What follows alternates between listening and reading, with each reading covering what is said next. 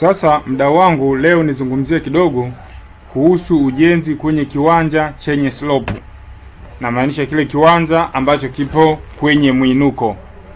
Mdau wangu wa mjenzi wa nyumba TZ, kama kawaida ninavyokuambia siku zote, mimi nipo kwa ajili yako. Nisikilize kwa makini ili ujue japo kwa kifupi ujenzi wa kwenye kiwanja chenye slope.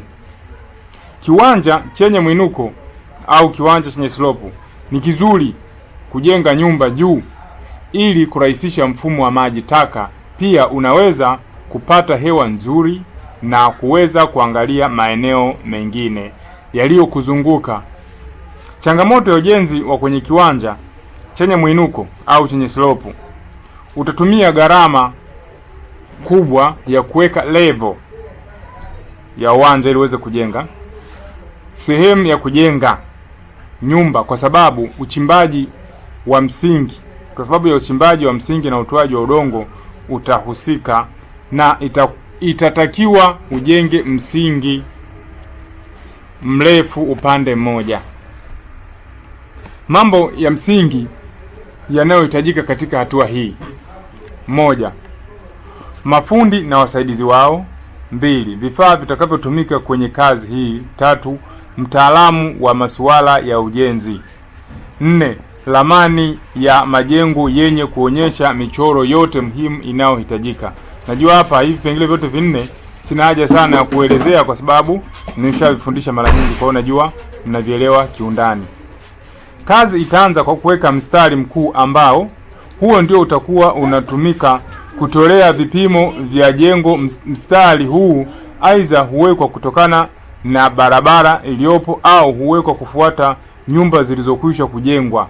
Huwa anachukua vipimo kutoka kwenye zile nyumba za majira ambazo zipo tayari zimejengwa.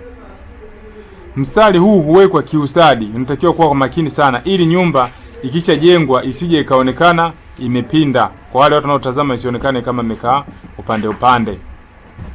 Kazi ya kuweka vipimo ardhini ikikamilika, mbao za profile hupigwa kuzunguka jengo ambalo zitatumika kuweka vipimo kwa umbali ambao hazitabomolewa wakati wa kuchimba msingi.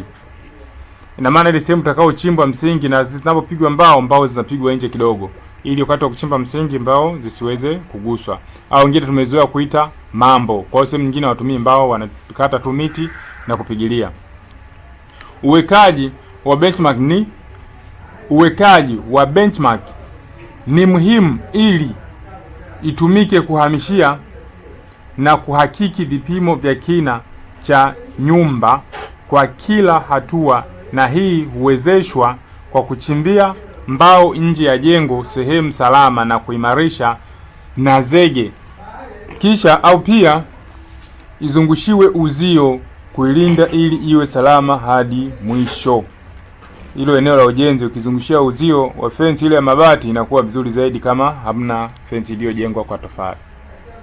Kazi ya kuhamishia vipimo toka kwenye karatasi kwenda ardhini ikikamilika, kamba huwekwa iliko chokaa ili chokaa iwekwe sehemu inakopita msingi, afu kamba utolewa na kazi ya uchimbaji huanza. Elimu hii na nyingine nyingi zinazohusu ujenzi wa nyumba hapa kwa Mjenzi wa Nyumba TZ ndiyo sehemu pekee unayoweza kuelimika. Kwa kifupi niishie hapa kwa leo, nitakuja tena kuendeleza nilipoishia wakati mwingine. Ili uendelee kujifunza elimu ya ujenzi wa nyumba, hakikisha una subscribe account hii ya Mjenzi wa Nyumba TZ. Na kukumbusha kwamba ninachora ramani za nyumba aina zote. Unaweza kuwasiliana na mimi kwa namba hizo unazoziona ili uweze kuipata ramani ya nyumba uipendayo, na utapata bajeti yote ya nyumba yako na kutumia kwa njia ya WhatsApp au email, inakufikia popote ulipo duniani.